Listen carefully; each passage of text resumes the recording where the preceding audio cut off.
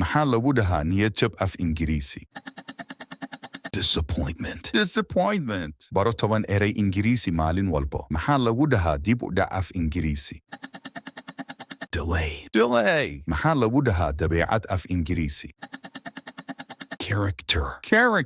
Haddaa xisaynaysid barashada af Ingiriisi leeg saar muuqaalka. Maxaa lagu dhahaa khilaaf af Ingiriisi? Dispute. Maxaa lagu dhahaa abaalmarin af Ingiriisi? Reward. Maxaa lagu dhahaa caddayn af Ingiriisi?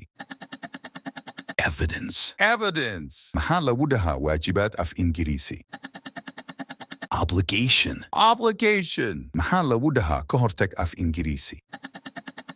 Prevention. Maxaa lagu dhahaa xeelad af Ingiriisi? Tactic.